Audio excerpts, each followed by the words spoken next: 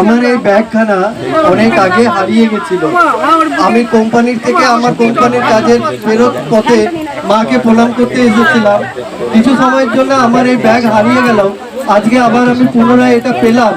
এটাতে প্রোডাক্ট শুধু নয়, আমার কোম্পানির কাগজ যেগুলো আমার কাছে বহুমূল্য, যেগুলো অমূল্য রতন, যেগুলো বিভিন্ন মানুষের ডেটা এতে রয়েছে, সেইটা আবারও ফিরে পেলাম।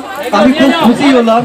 আর এখানে মায়ের যে সান্নিধ্য আমরা প্রতিনিয়ত প্রতি সময়ে আমরা পেয়ে যাচ্ছি, এটাই আমার কাছে সব থেকে বড়। আজকে আমার আরো একটা বড় প্রাপ্তি, যেটা কোনো হারিয়ে যাওয়া জিনিস চট করে ফেরত পাওয়া যায় না, কিন্তু মা এই জায়গাটাতে এসে পরে 4 থেকে 5 বার উনি অ্যানাউন্সমেন্ট করেছিলেন। যাই হোক, সেই জায়গাটা আমি খুব উপকৃত হলাম। কারণ এই যে বিভিন্ন কাগজপত্র এর মধ্যে রয়েছে, প্রোডাক্ট হারিয়ে গেলে আমার অতটা চিন্তা ছিল না, কিন্তু আজকে যে কাগজগুলো, বহুমূল্য কাগজগুলো আমি পেলাম, এটা আমার কাছে সব থেকে বড় প্রাপ্তি। মা আমাকে সমস্ত কিছু আবার ফিরিয়ে দিলেন।